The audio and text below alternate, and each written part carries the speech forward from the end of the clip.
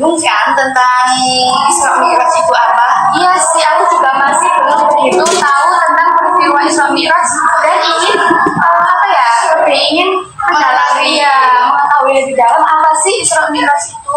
Nah, kalau gitu kita jangan bingung-bingung. Kan kita udah kedatangan narasumber kita yang spesial nih. Oh iya, siapa ya kira-kira? Kita panggil saja Bapak Najib Abdul Wahab. Gimana nih kabarnya Pak Najib? Alhamdulillah baik. Kak, salam dulu. Oh boleh Pak, Ya, boleh. saya gak dikasih salam. Assalamualaikum dulu enggak? Ya ampun. Assalamualaikum Pak Najib. Waalaikumsalam. Pak Najib ada Kelihatan apa ya? Kelihatan senyum sekali ya. Iya. Iya. Memang mulai senyum sekali. Gimana dulu gimana? Pak, Kabar kita ini saya sih baik. Kabar sana gimana? alhamdulillah saya baik. Oh iya Pak, kan bentar lagi kan memperingati Isra Mi'raj ini Pak. Ya. Kita ini masih bingung Pak, apalagi generasi Gen Z ini ya. Masih bingung tentang Isra Mi'raj. Apa sih Pak Isra Mi'raj yang sebenarnya itu? Ya, Islam itu seperti tadi ya. Dia penting tadi ya. Jadi perjalanan Nabi Muhammad dari Masjidil Haram menuju Masjidil Aqsa. Bukan perjalanan Nabi Muhammad ya. Nabi Muhammad diperjalankan dari Masjidil Haram menuju Masjidil Aqsa. Dari Masjidil Aqsa dimikroskan sama Allah, diangkat ke langit untuk bertemu dengan di Sidratul Muntaha. Gitu sih. Jadi Itu ya. iya, kita Nabi Muhammad langsung ke langit ketujuh atau gimana Pak? Apakah ada naik? Kalau kita kan misal mau ke Surabaya, mau kemana naik kereta, naik apa? Itu Nabi Muhammad pakai kendaraan namanya itu kendaraan yang otomotif ya, jadi yang diciptakan oleh Allah. Buruk ini bertempat di Insya Allah. dijemput oleh salah satu guru yang paling bagus untuk dikendarai Nabi. Kalau boleh tahu Pak, bulan itu apa sih Pak? Kan buruk itu makhluk gaib ya. Iya. Kayak bentuknya gitu pasti kita kepo Pak. Ya, macam-macam pendapat tentang buruk itu. Jadi ada yang mengatakan bahwa kakinya itu seperti kuda dan sebagainya. Terus ada yang kepalanya seperti burung. Jadi cuma kembali lagi ini ke Baik-baik ya. Jadi tahu. Seperti itu. ya, yang jelas kayak kucing kalau gitu ya.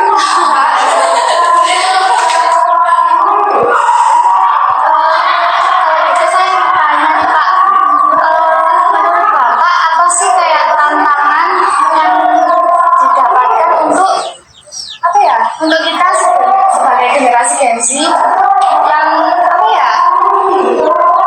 Memahami tentang Islam ya, Pak. Ya, tantangannya kalau dari sudut pandang Gen Z-nya, apa dari sudut pandang saya sebagai guru WI? Dua-duanya juga punya ya. Ya, pokoknya gitu ya. Ya, kalau dua-duanya, kalau dari Gen Z-nya mungkin ya itu adalah dua faktor. Internal. Jadi faktor internal itu adalah faktor diri sendiri. Seberapa jauh dia mau memahami tentang ilmu-ilmunya Allah Subhanahu wa Ta'ala. Seberapa jauh dia mau meningkatkan kebenarannya. Ya, kalau dari dalam diri nggak ada ya sulit. Jadi memahami itu untuk mengambil banyak. Bisa tahu apa kebenaran. Kalau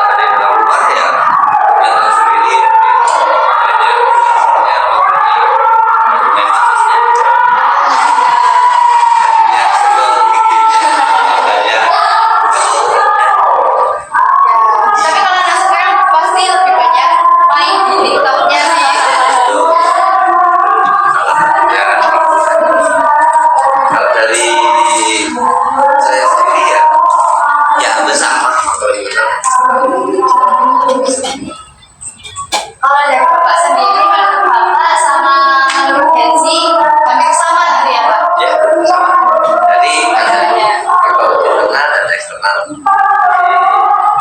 Kalau dari saya sendiri melakukan atau berbagi ilmu dengan teman-teman kalian. Jadi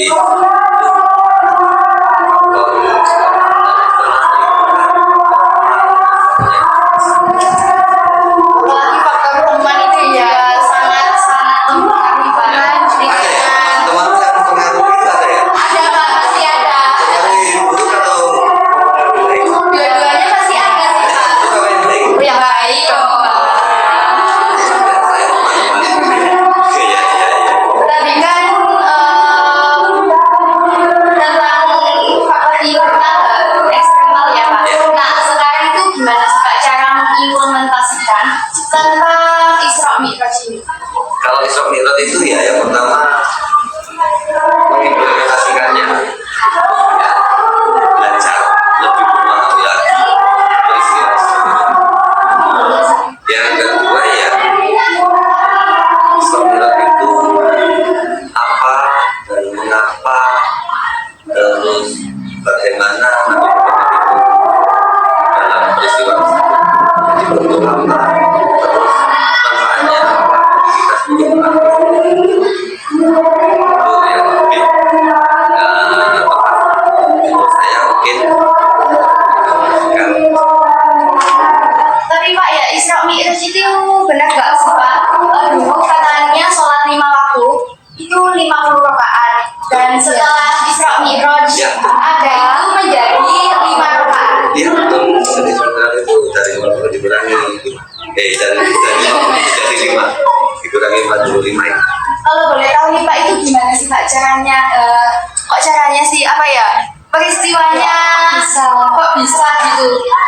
Ya, Nabi Muhammad itu kalau di dalam beberapa kitab itu disebutkan Nabi Muhammad itu mendapatkan perintah untuk disampaikan dan dilakukan oleh umat Nabi itu 50. Terus setelah Nabi Muhammad turun menemui beberapa Nabi dan Nabi Musa itu namanya yang paling jasa itu bukan berjasa ya, yang paling ya semua sampai berjasa, yang paling mengerti ya, yang paling mengerti dan yang paling kalau bahasa Jawa itu ngotot ya itu Oh iya. 50 rakaat itu tidak diskon lah, kalau tidak diskon mungkin mampu. Nah, rumahmu kan ya bisa, rumahmu kan juga ada yang Aulia. Aulia. Jadi kalau disuruh 50 rakaat mungkin Keberatan Pak. ya ya seperti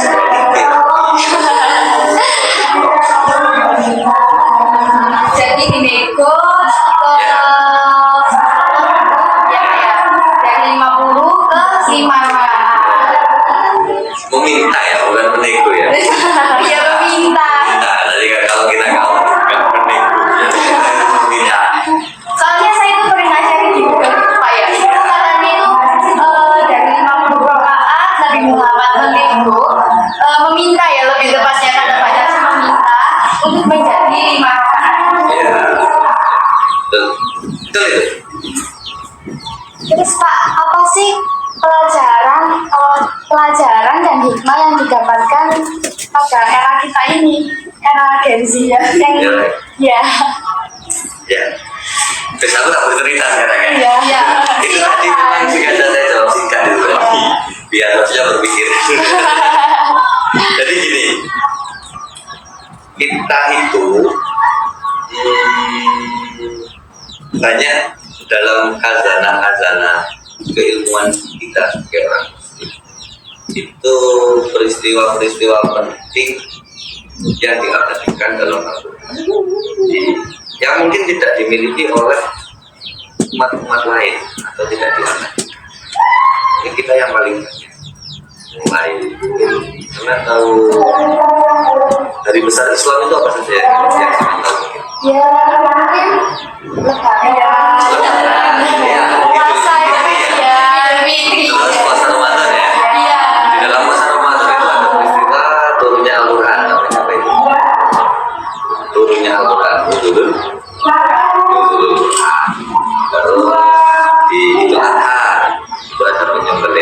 hewan kurban yang dulu dipromoti oleh Nabi Ibrahim. Ada bulan Muharram, ada bulan Rajab yang sekarang ini, ada bulan Syawal, Nisfu Sya'ban, terus ada bulan Asyura, hari Asyura. Jadi banyak sekali kita khazanah Islam yang di situ mungkin dari sini ya, jadi enggak. Jadi itu hanya sebatas dari wilayah itu ini liburan tanggal merah itu buat dan peristiwa itu dan itu. Tapi kalau kita mau tapi itu mungkin sangat banyak yang bisa kita ambil. Jadi kita itu jangan sampai orang Islam yang lupa dengan ajaran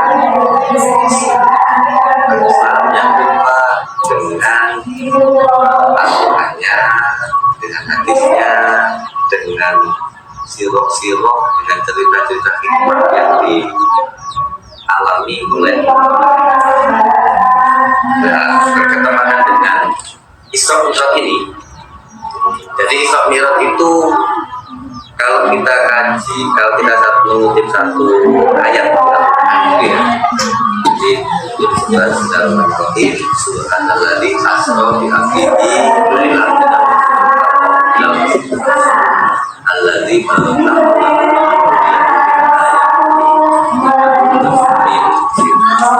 Jadi di situ tahu itu surat apa? Enggak. Apa coba? Sekali ya. Jangan tanya-tanya belajar ya. Iya. Jangan ke Pak Najib. Iya. Jadi di situ ada kata-kata subhanalladzi.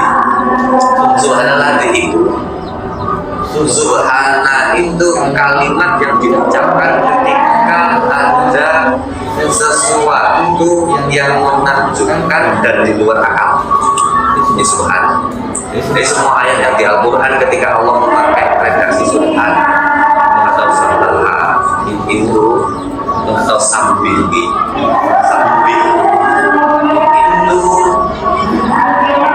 situ terdapat sebuah kejadian yang kejadian tersebut memang tidak masuk akal, tapi nyata termasuk di peristiwa Isra. Jadi subhanalladzi asra bi'abdihi, maha suci Allah asra bi'abdihi yang memperjalankan hambanya, yaitu Nabi siapa? Nabi Muhammad. Jadi di sini peristiwa besarnya Allah dan yang maha sempurna, maha suci, maha istimewa.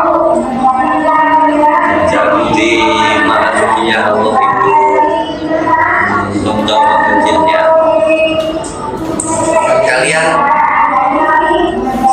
yang mungkin kalian sekarang bisa mencontohkan ilmu apa yang mempelajari ilmu apa yang menurut kalian keren? Ilmu apa? Sama juga ya? Oh, ilmu apa mungkin? Yang menurut kalian IPA? IPA apa ya? Bahasa Indonesia. Bahasa Indonesia ya. IPA apa?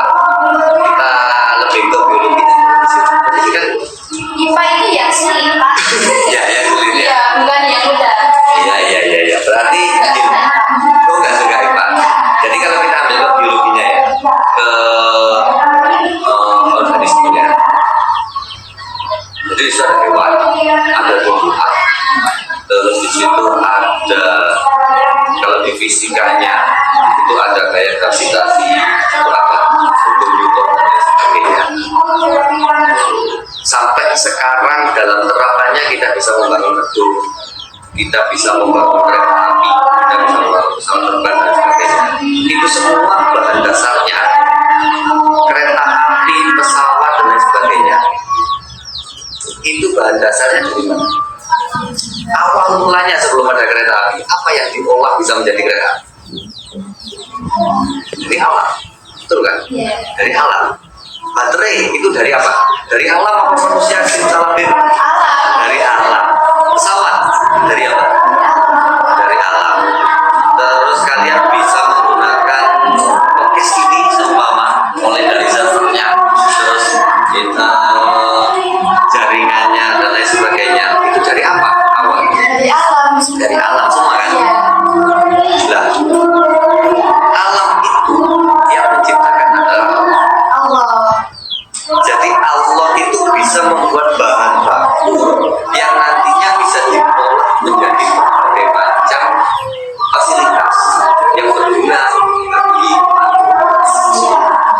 kalian dicetrol pernah melihat Muhammad Ali? Jadi ada yang menyangka bahwa semuanya ini terjadi secara kebetulan. Kalau semua ini terjadi secara kebetulan, jadi Muhammad Ali itu pernah jadi makan video ya, itu pernah berkata gini, kalian percaya kalau lampu ini terjadi dengan sendirinya? Enggak. Gak ada yang membuat lampu ini, tiba-tiba di sini ada lampu ini. Saya, saya mana? Enggak. Lampu ini gak ada yang membuat. Terus gedung kalian SMK Negeri 1 Duren itu gak ada yang membuat, gak ada tukangnya, yang terjadi kan bentuk secara sendirinya. Percaya ada? Kan hanya orang gila yang percaya bahwa semuanya itu terjadi secara Sendiri. Padahal di alam semesta ini semuanya itu sudah tersusun secara bahan bakunya yang ada itu sangat luar biasa, bisa dilakukan sedemikian rupa, dan itulah semua dilakukan bahwa manusia tahu. Jadi peristiwa Isra itu Allah yang maha segala-galanya memperjalankan hambanya Nabi Muhammad yang sangat luar biasa, makhluk yang paling sempurna ketemu dengan Tuhan Allah Subhanahu wa Ta'ala yang maha sempurna. Kira-kira Nabi Muhammad ini diperjalankan hanya untuk ngopi di Muntaha, itu diperjalankan sama Allah hanya untuk ngopi apa untuk sesuatu yang sangat luar biasa? Yang pastinya untuk sesuatu yang luar biasa sih Pak, nggak mungkin buat ngopi aja. Ya betul, dari sesuatu yang sangat luar biasa. Semua yang ada itu sangat luar biasa. Dan yang paling pokok di antara peristiwa Isra yang ada, yang paling istimewa adalah Allah memberikan sebuah hadiah untuk kita umatnya Rasulullah itu dalam bentuk sholat kita. Jadi tahu sekarang. Iya. Tapi Pak ya, sholat 5 waktu buat anak Gen Z ini pasti sulit Pak. Soalnya banyak setan-setan kita. Gimana sih ya mulia waktunya? Ya, gimana Pak cara mengedukasi anak-anak Gen Z ini biar bisa lebih lebih paham lah sama Isra Mi'raj, perjalanan Nabi Muhammad tersebut, hingga sampai 5 waktu yang sebelumnya itu 50 waktu. Ya, sholat ya. Jadi sholat itu sesuatu yang sangat istimewa, yang di dalamnya itu banyak sekali yang dan sholat itu perilaku atau sebuah perbuatan jasmani sekaligus juga perbuatan rohani. Jadi yang perlu dipahami, sholat itu bukan hanya jasadnya yang sholat, tapi jasad kita itu sholat. Nurani kita, rohani kita, batin kita itu juga sholat. Itu yang kedua, jadi untuk biar sergap sholat gitu ya, rajin sholat kita ini ya, yang pertama ya gak ada kata lain selain mau belajar, mau memperkenalkannya Allah. Yang paling besar kemungkinan kita mendapat hidayah masyarakat sholat. Jadi tergantung niat gitu ya Pak ya? Ya, kalau niat, paksaan orang tua, terus juga lingkungan sekitar, memilih teman, Itu juga mempengaruhi kehidupan kita juga kan? iya. Jadi sholat itu gini, sholat itu akan memperbaiki kita. Semakin baik sholat kita akan memperbaiki. Jadi gini, kalau nanti kita kembali sholat ya. Ya. Jadi Allah memperjalankan Nabi Muhammad itu dari Masjidil Haram menuju Masjidil Aqsa. masuk. Jadi hamba yang diperjalankan oleh Tuhannya untuk memperoleh hadiah dari Tuhannya, untuk bertemu dengan Tuhannya. Nah, ini adalah peristiwa yang bisa kita ambil hikmah bahwa kita itu juga bisa diberi hadiah sama Allah. Kita itu juga bisa mendapatkan hadiah dari Allah. Kalau kita mungkin banyak ya, namun sukses mungkin kan banyak. Tapi kalau dari Al-Quran, kalau ingin sukses seperti baginda Nabi ketemu dengan Allah, minta apa saja kan kira-kira diberi apa enggak kalau betul. Insya Allah beri Pak. Ya dengan sholat. Dengan sholat. Jadi kalau ketemu dengan Allah ya kita minta apa saja kan pasti diberi. Iya. Cuma di situ di kalimatnya asra bi abdihi Allah itu menggarisbawahi Allah menjalankan hambanya, yaitu orang-orang yang mau menghamba kepada Allah. Kalau mau menghamba kepada Allah, maka Allah nanti yang memperjalankan, yang menjalankan roda kehidupan kita. Bahagia. Syaratnya harus mau menghamba kepada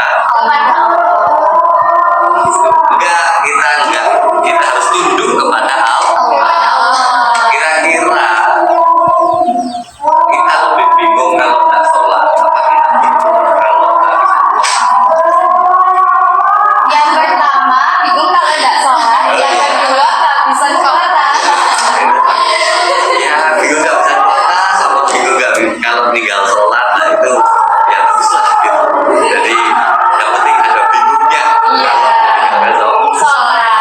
sampai sholat Ditinggalkan.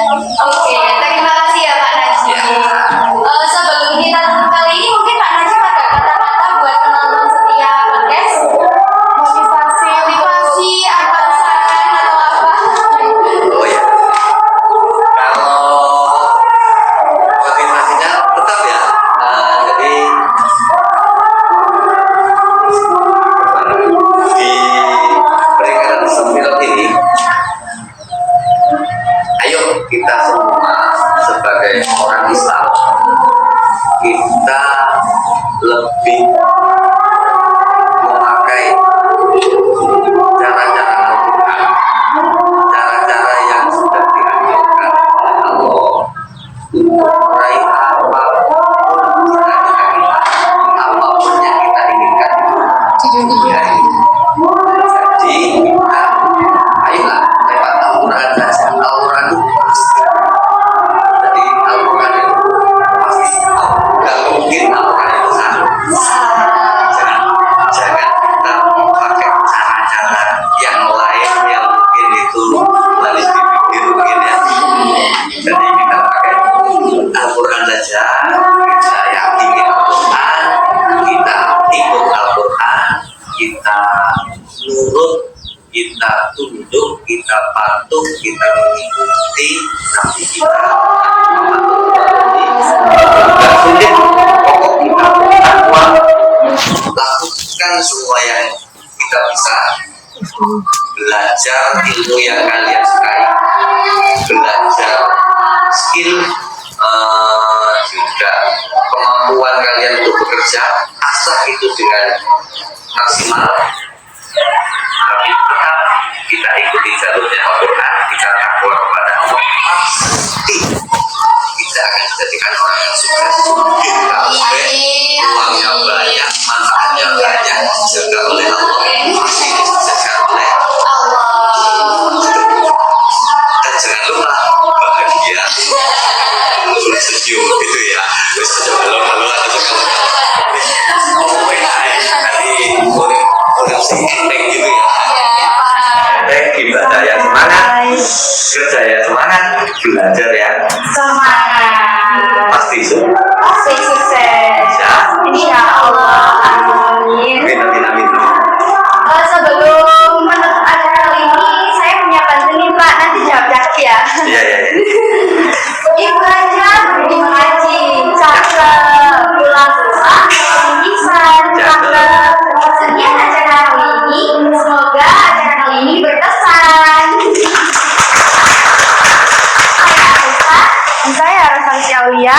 Kami pamit undur diri. Wassalamualaikum